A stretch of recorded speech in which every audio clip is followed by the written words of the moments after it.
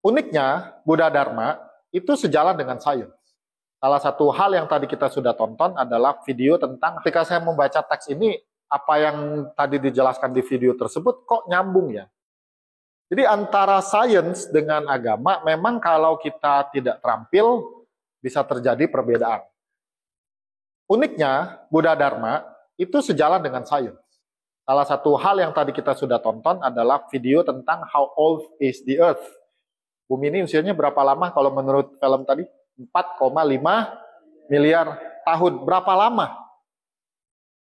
Lama. Lama sekali, tua sekali. Dan kita bisa lihat apa yang Buddha ajarkan sebagaimana yang dicatat di dalam Asusutta Samyutta Nikaya. Di situ Anda bisa membaca sejak awal kehidupan yang tidak dapat ditentukan dan kelahiran yang tidak terhitung. Nah, ini sangat menarik. Jadi bagi saya ketika saya membaca teks ini, apa yang tadi dijelaskan di video tersebut kok nyambung ya? Karena gini, sesuatu yang sangat lama itu sampai kemudian tuh kita nggak bisa ukur lagi. Seberapa tua alam semesta? Ingat loh, alam semesta bukan cuma bumi loh.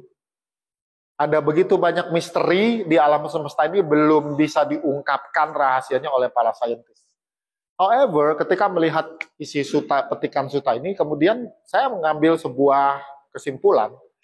Ya memang, terlalu sederhana untuk menjelaskan kalau bumi ini usianya cuma sekian ribu tahun atau sekian juta tahun. Bahkan kalau kita belajar masa prasejarah kan, waktu sekolah belajar nggak masa prasejarah? Apa beda masa sejarah dengan prasejarah anak-anak? Iya, belum ada tulisan.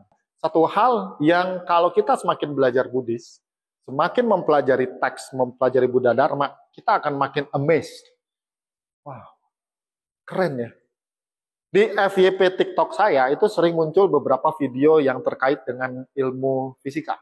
Khususnya tentang alam semesta. Saya kalau pas muncul video itu, gua tonton sampai habis. Semakin saya tonton, saya bilang, wah, gila ya. Apa yang sudah Buddha ajarkan sebagaimana dapat dicatat di Tripitaka dengan kehidupan sekarang itu nyambung sekali. Dan salah satunya ini kok. Coba, simple saya tanya. Kamu tahu nggak kamu itu hidup udah berapa kali? Is this your very first life? According to the Buddha Dharma, definitely no. Terus, yang awalnya yang mana?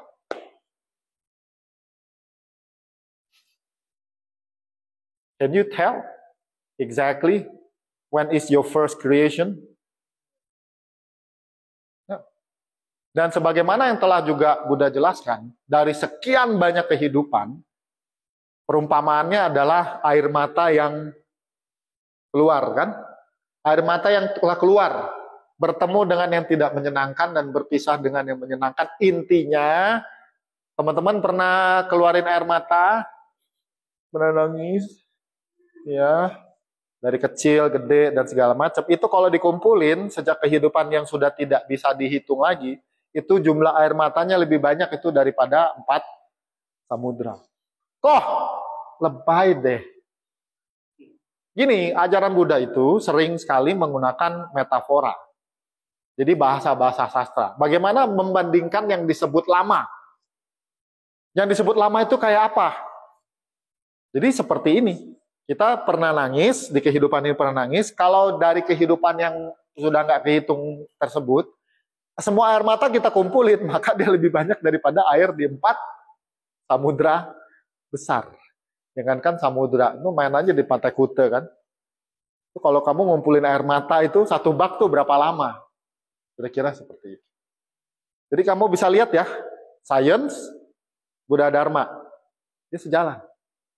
Dan sangat beruntung kamu di kehidupan ini, di kesempatan ini, di kota ini, di tempat ini kita masih bisa bertemu dengan Buddha Dharma. Itu yang perlu teman-teman sangat-sangat apresiasi dan syukuri. Lalu dari kehidupan yang sudah tak berawal, yang sudah tidak tahu kapan, lalu kita sudah pernah jadi apa saja. Nah ini menarik. Kalau kita lihat sebagaimana yang dapat kita baca di Anguttara Nikaya 9, 68, di situ Buddha menjelaskan ada yang disebut sebagai 5 tujuan kelahiran.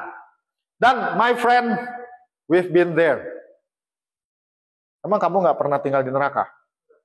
Nggak tahu. The odd is that would be possible. Atau sekarang kan kita lahir sebagai manusia. Would it be possible that maybe you and I, come on Ming, hey, kamu siapa namanya? Brandon, ngapain di sini? Ya kok panas. Tenang Brandon, ini baru lobby. Yes. And coba kita lihat lagi, misalnya kalau neraka ya, kalau kita bicara neraka, bicara alam dewa, itu udah biasa lah. Seperti teman-teman ketahui, kalau kita bicara konteks agama, ya, bahwa bukan cuma agama Buddha kan yang bicara tentang akibat dari perbuatan di kehidupan ini. Teman-teman saya yakin juga punya teman-teman yang beragama lain. Mereka juga mengenal konsep ketika mereka meninggal, lalu mereka akan menerima apa sih? Karena saya bukan penganut agama lain, jadi saya takut salah ngomong. Cuman in my understanding, orang tetap dia harus mempertanggungjawabkan, betul? Semua perbuatan yang dilakukan di masa hidupnya. Dan pertanggungjawabannya either heaven or hell. Simple ya. Tapi menarik juga, Buddha Dharma nggak cuma bicara heaven or hell. Sini Buddha menjelaskan ada satu alam kehidupan yang real, yang ada di sekitar kita. Yang kelihatan. Namanya alam hewan. Kan menarik ya, kamu kenapa jadi Brandon? Kenapa kamu nggak jadi tikus? Ayo, kenapa kamu nggak jadi kecoa? Hukum karma, benar. Kenapa kamu lahirnya ganteng? Karena ada karma baik dan sebagainya. Makanya sangat menarik kalau orang yang kritis, misalnya kita bicara konsep tentang kehidupan, tentang makhluk-makhluk. Kenapa sih ada makhluk yang lahir jadi tikus? Bukan cuma lahir jadi tikus, misalnya jadi guguk. Guguk aja ada guguk yang hoki, guguk nggak hoki. Guguk wihara hoki. Hoki dia. Tapi kan dia, saya nggak tahu nih, ini guguk udah lama atau yang baru? Iya, bayangin aja udah lahir jadi guguk, abang adik pula bisa tinggal di, how lucky the dogs are. See? That would be like, really?